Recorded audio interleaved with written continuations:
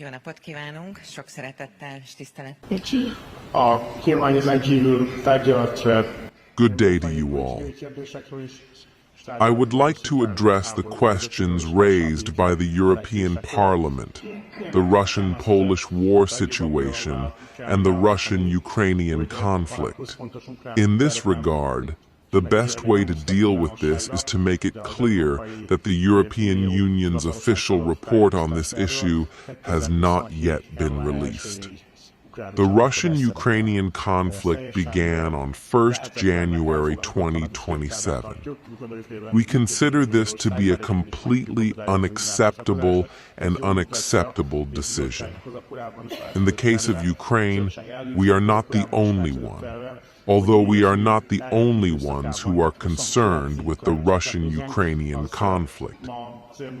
This shows that the Russian-Ukrainian Committee, the Russian-Ukrainian Council, and the Russian-Ukrainian Parliament have agreed that in the next period of time, that is, in the 29th year of the Ukrainian occupation, the Russian-Ukrainian policy will not be a successful one, because it will be a period of war.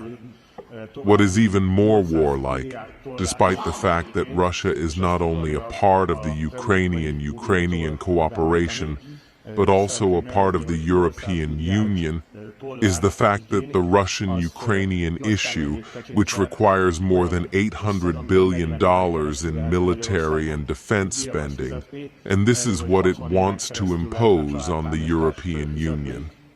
I would like to say that it requires $800 billion.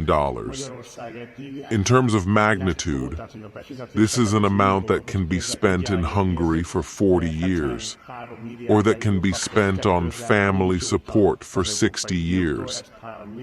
If we look at the European Union, we see that Hungary has received 73 billion euros from the European Union for 1 year. This is 3 billion euros. In addition to this, the European Union has already given them 180 billion euros, and this is 90 billion euros, which Hungary and Czechoslovakia have to spend on military and defense spending. This is 280 billion euros. This is more than that.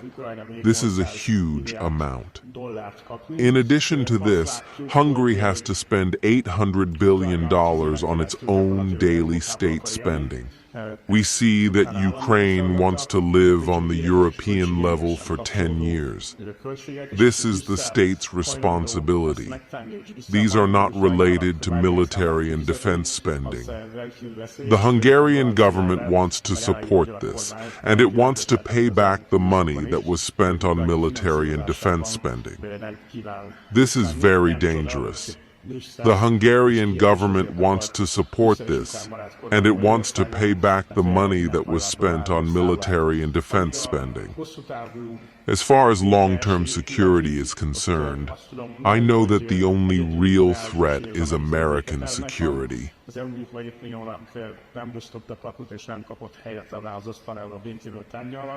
Az Országos Katasztrófavédelmi Főigazgatóság